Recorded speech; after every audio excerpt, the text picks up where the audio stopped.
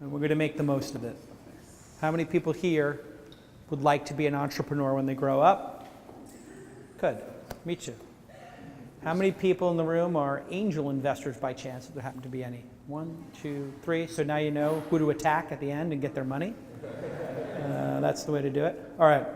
Listen, it's my great privilege to be here because it's such an international crowd. People from Arizona, Pakistan, Southern California, Covina, so many different places. Argentina with the great beef, Brazil, Sao Paulo. It's great to see such a representation from around the world. Innovation can happen anywhere. But the large and the great companies grow in one place, by and large, and that's here in the Bay Area. So by coming to Draper University, you've taken the first step, which is to come to an area where there are 10,000 investors and hundreds of thousands of people building the future. There is no city like this in the world. Stockholm has 9 unicorns. It's pretty amazing on a per capita basis. China, somebody here's from Shanghai, doing pretty well. You got some great companies in China. But there's nothing like the Bay Area. And there's some very unique aspects to what you will experience here during your 12 weeks, or most of you will probably wind up staying, so your next 12 years here. What's great about this area is that everybody in the valley believes that the world can change and that small groups of people can make the world change. This is not how everybody around the world feels. Only about 50% of the people in the world today live in a democracy with capitalism. The other 50% live in places with socialism, communism, and any other system other than the greatest, most flawed one in the world, which is American capitalism plus democracy. Things aren't perfect here, but the companies we build here travel around the world. Uber, Airbnb, Google, Facebook, Apple, Microsoft, Cisco, McDonald's, Netflix. I could go on and on and on. We build the companies that the world consumes. Tell me the company from China, or Korea, or Japan, or Pakistan, or Brazil, or India that the world consumes. There are some, Samsung in Korea, Sony in Japan. Yeah, we don't know what that is here. It's big, but nobody cares here. We don't need Alibaba here. We have Amazon and we have Google. So thank you for proving my point, which is this little experiment in democracy known as America, with its 300 million people. We're going through some hard things right now. It's very polarized. There's a bunch of people probably burning Berkeley down right now because of some idiot wants to talk about women being inferior to men, or gays being inferior to straights, or who knows what. Madness is going on. But while all that madness is going on and craziness, entrepreneurs can stay focused and build teams that build products and services that solve the world's greatest problems. It's your job as entrepreneurs to block out the noise. There's always going to be something that's going to just try to disrupt your ability to stay focused. It could be your family, it could be the friends you grow up with who are jealous of you being an entrepreneur. Could be reading the newspaper. It's your job as an entrepreneur to ignore the noise and focus on your product and your mission.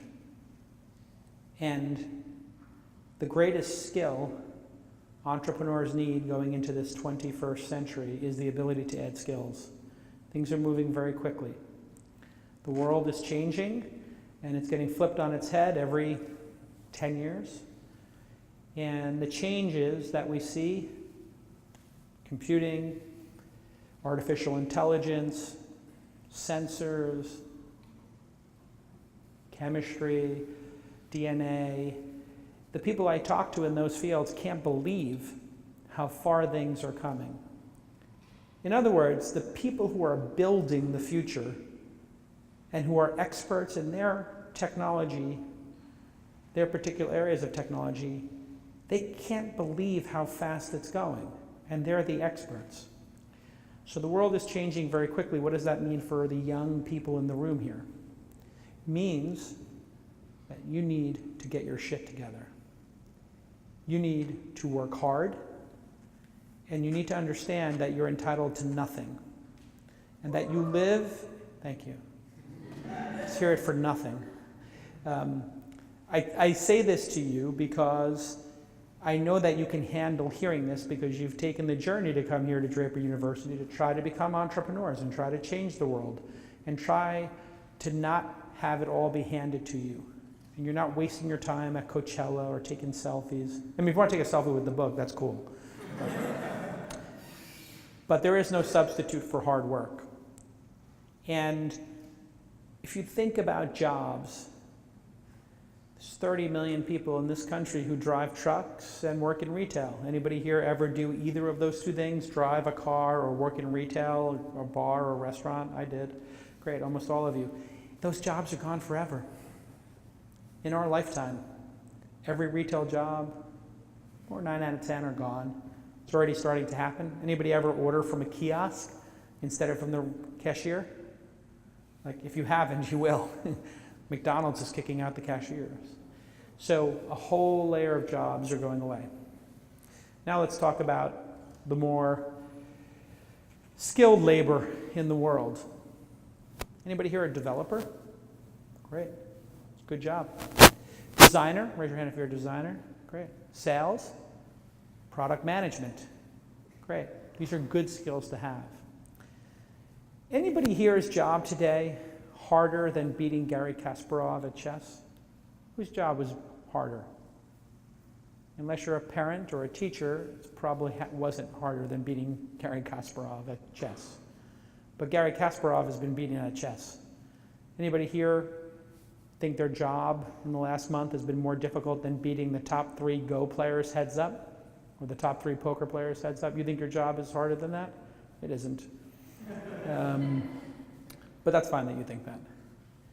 And that's because when we focus artificial intelligence and machine learning on a specific narrow task, it crushes humans. And these are humans with extraordinary gifts. The greatest poker players, the greatest Go players, the greatest chess players, unable to beat artificial intelligence and machine learning in that very narrow space. What that means is if you're an attorney, an accountant, or a developer, product manager, perhaps even sales, some portion of those skills will be replaced by AI. And soon, you'll be able to design an app by just taking out your phone and saying, build me Uber, but for dry cleaning. And your phone will build it for you. And you'll just talk to your phone and watch the app change in real time without a developer. It's quite possible this will happen in the next 10 years. So the world's changing very quickly. What does that mean for young people? What does it mean for y'all? Well, it means the opportunity is to be able to learn new skills, because there's always going to be something new around the horizon. The greatest skill you must attain is the ability to acquire new skills. You must be fearless. To look at yourself in the mirror when you wake up in the morning and say, whatever I learned up until this point in my life does not count. What matters is what I can wake up today and learn. What can I wake up today? What new challenge can I face? And what can I overcome and figure out? And what kind of team can I build? What kind of culture can I build at my company? And how resilient can I be in pursuing my startup and my company and my product or service? Most days as an entrepreneur are horrible. 9 out of 10 days are brutal and horrible.